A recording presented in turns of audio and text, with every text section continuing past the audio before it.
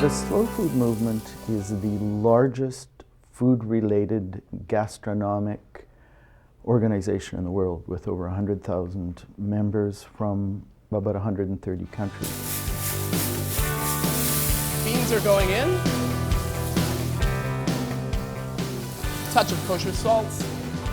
A little bit of our toasted spice blend. It's toasted fennel seeds, black peppercorns, and California bay leaf. And a shot of Chardonnay. Slow food is about eating good, clean, and fairly sourced food, and particularly about eating it in a communal environment. So what does that mean? That means eating food that tastes very good, food that is as clean as possible. That means pesticide-free. It means safe to eat, and it could mean organic, and it would be good if it did.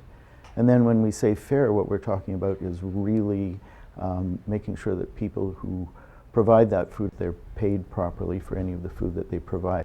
The routine that our farmers have here at the Sooke Harbor House is they harvest early in the morning before the sun gets too hot. And then so when we come into the kitchen, we have all sorts of lovely ingredients to play with. Today it looks like we have some sun gold tomatoes and a bunch of little baby heritage tomatoes of a bunch of different varieties. In here we have English cucumbers and lemon cucumbers and little tiny gherkins that we'll use for a pickle of some sort. Looks like we have some runner beans, purple, yellow, and green runner beans. And these flowers are all edible. It's a variety of, let's see, we have calendula, a couple of varieties of sage, and this one's one of my favorites. It's the blue gentian sage flower. And this will be used tonight on top of our salads as an edible garnish, and it also adds a really nice flavor. Each flower has a different flavor profile, so it just kind of complements the lettuces and wild herbs and ingredients that we use already.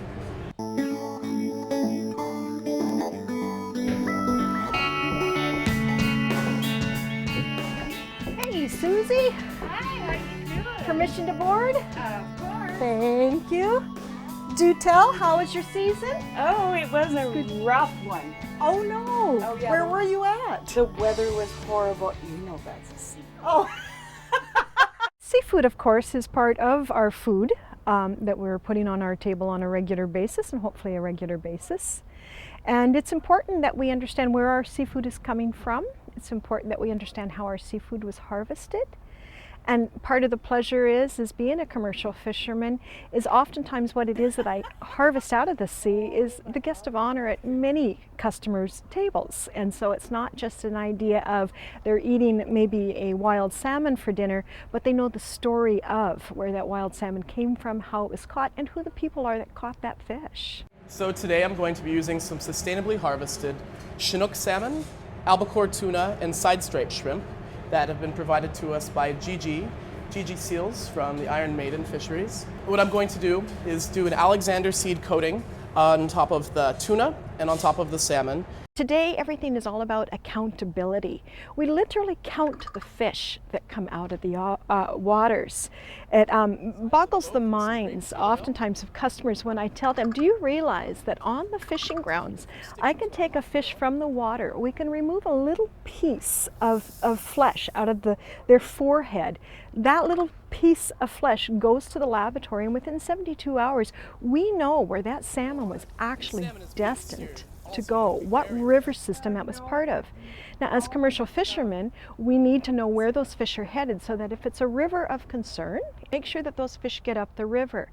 And it's amazing that we have the technology, and we're using that technology to make sure that what we're catching is sustainable, and we record it. We know what we're removing from the ocean. So here at the Sooke Harbor House, we focus on slow food, which is basically surrounding the 100-mile diet. If it's not something that can be grown or harvested within 100 miles of here, even closer, our farms even better, then it's not going to be something that's on our menu.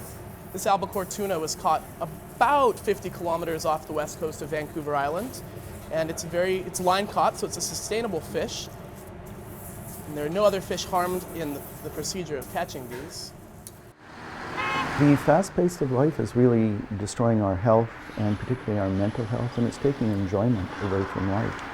And we see this more and more across the world every day. When we get groups of young Asians here now, increasingly they come with large amounts of fast food, and they say that eating is a waste of time. They want to get eating out of the way with as quickly as possible. And I would say that's true of many people in our own culture as well. This is not helping make our lives more pleasurable, which is very important to slow food. It's really destroying our quality of life. This is tuberous begonia petals. I add the begonia petals because they have a slight acidity, so it's a nice sour flavor, almost like if I were going to add some lemon. But since we're a slow food restaurant, we don't use lemon or any other citrus because it's not locally produced. It's important to be conscientious of where our food comes from. We need to think about the future. We need to think about the health benefits of the food that we're eating. And it's really important to sit and savor as opposed to just down the hatch and call it a good meal, you know. Enjoy, savor, slow it down. It's also about community and about eating with others, eating in a friendly environment. This is the opposite of fast food. Well, certainly we should care about sustainability just because we care about our future and we care about our province, or we care about our community or where we're at, supporting our local producers of food and making sure that our beautiful surroundings are taken care of, because what comes out of the ocean greatly affects our environment around us, the whole entire ecosystem. It's not just about us, and it's just not about a really awesome barbecue. Part of slowing down is also the social factor. It's appreciating simple things in life. If you stop to savor what you're eating and you stop to look at the person across from the table that you're conversing with, a whole new world opens up. It's not always about price, it's not always about convenience, it's not always about being in a hurry.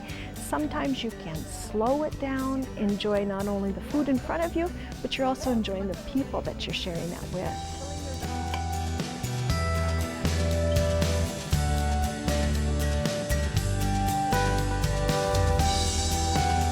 On Sunday, September the 23rd, we're having the second annual Sooke Slow Food Cycle.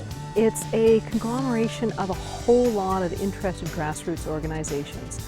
So there's going to be food, there's going to be alternative living, looking at how do we garden, how do we become more sustainable. I just thought the whole push of this thing is finding solutions to a very complex society that we now live in and building community. So to that end, we have a three-part event this year. The main part of the event, the main gist of things, is about a 30-kilometer cycle, and it's going through some beautiful countryside, utilizing our trails, a little bit of highway here and there, but along the way there's 15 fantastic workshops, and in those workshops you're going to get things like well, how to save my seeds, how to compost. Down at Ella Beach, we've got some Green Man Adventures doing a pit cook. So you're going to find out, how do I harvest wild edibles, cook them, make them something that's really great. So lots of good stuff there. And then back at EMCS, which is the high school here in Sooke, we have the Collective Transition going on, which is going to be a sustainability expo and marketplace. Sooke Harbour House is one of the stops, and one of the reasons for that is we recycle all of our own water. Our gardens are certified organic. We have a small organic farm up the street, and we've always supported all of the positive values of this cycle, which will be pretty amazing, including cycling. Why should people come out? Because it's building community. There's so much in the news about what's going wrong.